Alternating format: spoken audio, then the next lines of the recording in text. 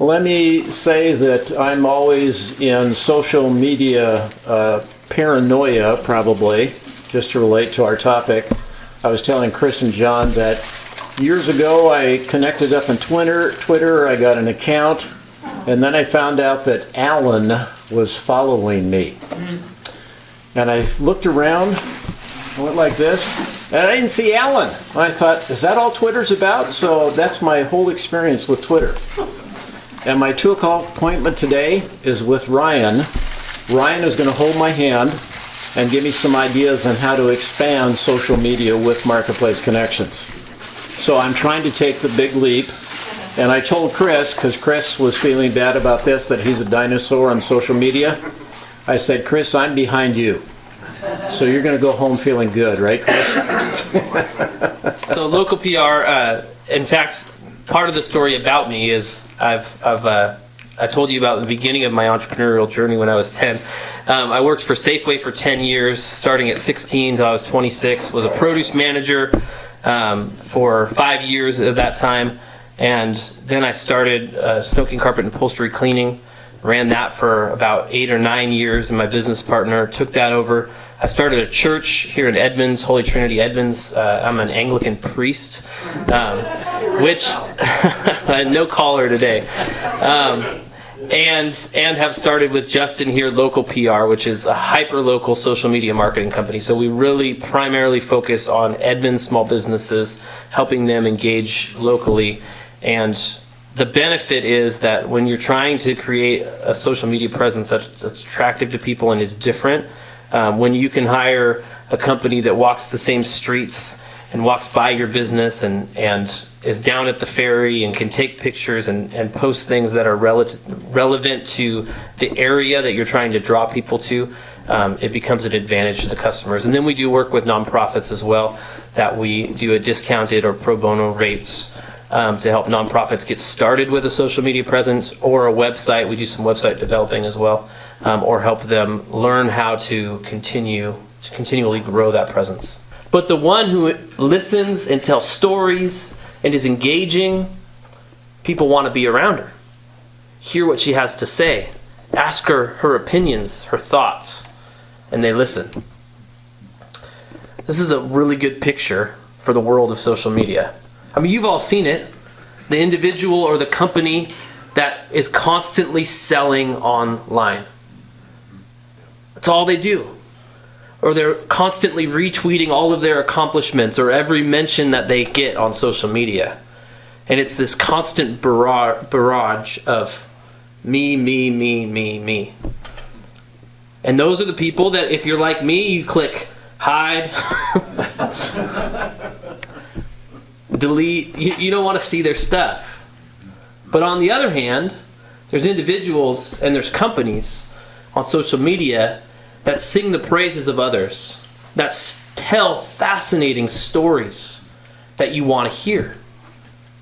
They listen to what's happening around them and they respond accordingly with good, meaningful, engaging information. The secret to social media is to be the latter and not the former. And here's some ways that we do it. First, we're likable. We listen and we respond accordingly to what people want to hear. We tell stories that are engaging. We promote others. When we see something good happening, we're not afraid to share a post from another business, to share a post from another person that's done something meaningful. We ask good questions and we engage with our audience. We're consistent. This is just really practical. Don't start a social media page that you're not going to post on. So there's a local trainer, Absolute Fitness and Sports Performance, just across 99. The guy's name's Jeff, who runs it. And I was working out with him for a while in these early morning classes. And it was kind of a new year, right? So I was ready to just take off running and start working out. And he gave me some really valuable advice. He said, just start with what you can actually accomplish. Don't start out trying to work 7 days a week, trying to work out 7 days a week. Start with 2 and stick with it. Be consistent. It will serve you much better than trying to start with 7 and quitting in a week or 2. The same is true with your consistency on social media. If you're going to start a social media presence, don't start Facebook, Twitter, and Pinterest all at the same time and not keep up with any of them. Start with 1. Do it well. Get some help if you need it, and be consistent. Now, consistency in Facebook, which is probably your entry point if you're not already in social media, 3 to 5 times a week. Good, consistent posts. Not all about yourself. It's okay to mention a sale or something you're doing as a business owner, but balance it out with questions and other engaging topics. Stagger your posts at different times of the day. Get a feel for your audience. I don't have time to coach you on insights and all of those types of things today, but there's lots of ways to measure what the right times of the day are for you and who's seeing it. If you're on Twitter, which might be your second entry point, depending on your business, you can post multiple times a day. 3 to 5 times a day can be appropriate. So be consistent. Be engaging. Now, how do we do that? Well, we post things that people want to see or hear. Videos, photos, compelling stories, things that are interesting to our audience. Here's something about engagement in social media. You guys all are familiar with the idea of getting likes, right? Like on Facebook. And a lot of people, they get a lot of likes, and that's what drives their content, is how many likes they can get. But what's more important than getting likes is engagement. It's getting people to engage with your posts in a meaningful way, such as sharing or commenting on the material that you've posted. This is much better than just getting likes. It also helps it show up more, which gets into a lot of other issues. But we want to do things that are meaningful, that make people want to share that information or comment on that information. And then always be listening. All right, have any of you ever thought about how to listen on social media? When I used to run my carpet cleaning business, Snow King Carpet and Upholstery Cleaning is a local company I started about almost 10 years ago now, and my former business partner runs it. And I'd go into Twitter. Facebook didn't have as good a mechanism back then, but now it works pretty well.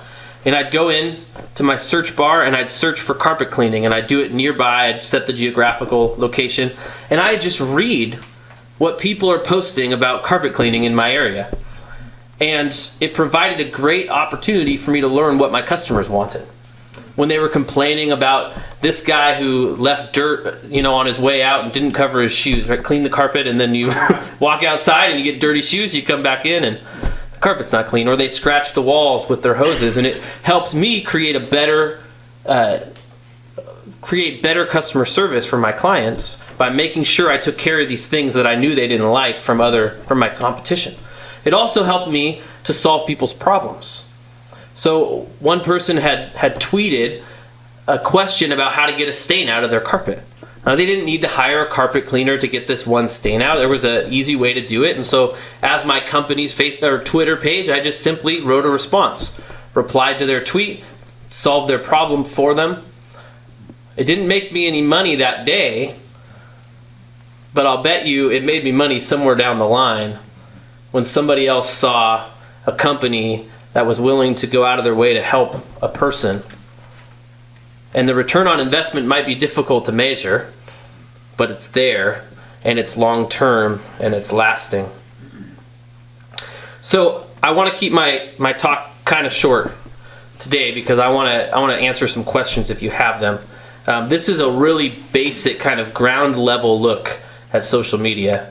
And so the primary thing that I want you to hear is that this is actually easy, it's intuitive, and it's common sense. Just as you would engage in a conversation with a person in a room, so you can engage on social media. Now, some of us are just frankly more likable than others, right? I mean, it's just true. Some of us are different in person, and we have maybe the ability to attract people and to be more likable and make friends, and it just comes more naturally to us. Guys like John just have no problem, right? And some of us struggle. And so when I say the simplicity of social media, some of you may hear, well, this doesn't sound that simple to me. And that's okay. That's why there's people who can help us. You know, at Local PR, it's one of the things we do with our companies is we help them engage social media. We coach them through it, and they may be able to just take it over on their own at some point. We have another social media manager in the room who does probably similar things, right? We help companies learn how to do this in a way that's effective for them, but still honest and true to who they are, right? So that's important.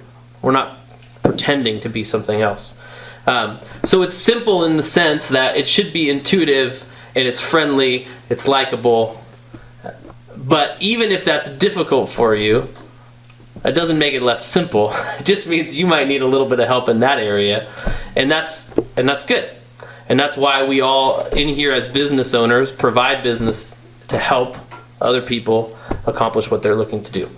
So I'm actually going to end my talk now because I do want some time for questions, and that way I can clarify things that maybe you're wondering about that weren't specifically addressed. But no, it's not going to blow Facebook or Twitter out of the water. I mean, Facebook as long as it's been in existence, has by far been the leader of interaction and how many people are actually using it on a daily basis. They're depending on the field, which I don't think it would be for you. There are certain types of businesses that might have a better luck with another type of social media platform, like a Pinterest or YouTube or YouTube, something like that. But generally speaking, Facebook's your best place to start because it's the largest audience, especially with what you're doing now. You can delegate your social media work as long as it's somebody or a company that understands the culture and who you are as a business owner or as the business itself. And so, because it needs to be congruent with the message that's coming out in other places. If that answers your question. Yeah. And another good question is, how much money does it really cost? Like, what kind of resources does it really cost to run your social media as a business? And it may cost you more money than you realize. To curate good posts that are engaging can take time. I mean, there's lots of different people out there that will give you different amounts, but it often can take up to an hour to find really good material that you want to share that makes sense with your message and is beneficial for your listener or your audience. To craft posts takes time, to do it in such a way that it's responding to what people want to hear and isn't going to offend anybody, which is becoming more and more difficult in the social media world. That's a good question. An example might be, what are you getting your mom for Mother's Day? And it's not directly related to her business, but she has an opportunity there where people might say, I'm going to Glazes and Amaze to make her, a plate or whatever. Or she can, in that same vein, post after that a discount for Mother's Day or the day that people need to come in if they're going to get their pottery by then. And so it's not directly about her, but it gives her an opportunity to share what it is she does. Or someone else to come in and say something in the comments. Anytime you like something, you comment on something, or you share something, depending on your privacy settings as an individual, like anybody will see that. And so even to the extent that if you like something on someone's page, and there's other stuff on that page, right, that's controversial or whatever, they might end up there because you liked something. So depending on what you want people to think of you, I mean, sometimes it's wise to see what else is going on that page, because there's a lot of pages out there with like clickbait, which are some title or something to catch your attention and get clicks on. But if you actually went to that page, there's some pretty awful stuff sometimes, or there's other potential issues that might arise. So it might be a good rule of thumb to like things from people that you know and trust, and not from kind of random pages out there that are just trying to get a lot of likes, because they can monetize that in other ways down So line. if you put a like on something, and they put some other offensive stuff on other posts, do you get identified with that? Not directly, but just the way social media works, somebody might click on that page because you liked a post, and then they find themselves on this page, and there's this kind of indirect connection. Especially as a small business owner or a realtor or somebody where your face is directly connected with that business, what you do on your personal page very much can affect how people view your business if you're that closely connected. And most of us in this room are small business owners, owner-operator type of people. So one good way to do that is with scheduled posts. And so most of the platforms have this option now. There's also distribution sites out there like Hootsuite, where you can go through and manage multiple social media channels at the same time. You can schedule your posts out, so you could sit down on Monday for a couple hours, curate some different posts, and schedule them to go out during the week. The only caution I would give to that is, in the world we live in today, things happen so quickly. And I've seen this many times where companies have posts coming out, or individuals like a real estate agent or an author or something like that has posts coming out, and something happens in the area you're in or in the world, and your scheduled posts just come out as like they regularly would, but the landscape's changed. And now people will interpret that as, well, you don't care about what happened to these people because you're posting about a house you have for sale when there was a school shooting. Right. And so if you're going to schedule out your posts, I would encourage you not to do it so far in advance that you can't keep up, and also be willing to be flexible and go back in and make adjustments if things happen. And social media is the same way. If somebody comments on your page or writes a review, good or bad, you respond. And if it's something negative, you respond in the most gracious, kind, likable way you can. Because not necessarily for that person. You might have lost that business, but how many other dozens or hundreds or thousands of people are going to see your response and determine whether or not they do business with you based on how you handled a complaint or a negative review? And that's where outsourcing can come in handy, because it can cost you a lot of your time and money to keep up with things. And when you outsource, you get that help, and the social media management company you hire doesn't get to just clock out and say, oh, sorry, it's such and such time. So it can be helpful. But I think if we view it like we would a customer who calls or comes into our store, it's just another avenue for customers to connect with us and for us to provide excellent customer service. That question might be above my pay grade. But I tend to think that it's not going to take over everything else. I think it's just going to offer another avenue to reach different people or to reach specific people. The way, especially with Facebook, the way it works is you can target so specifically who you want to advertise to that you can literally reach a single person. In fact, in Dave Kirpin's book, he talks about, in one of his chapters, talks about coming up with an ad that only one person saw, and it was his wife. And he customized all of the information so that she would see it. And when you can look at the insights, like one person saw it. And so like that's what social media allows you to do. I mean, yes, you can get out here and reach lots of people, but you can also get really specific. He actually built his entire consultant firm, which is huge now, on targeting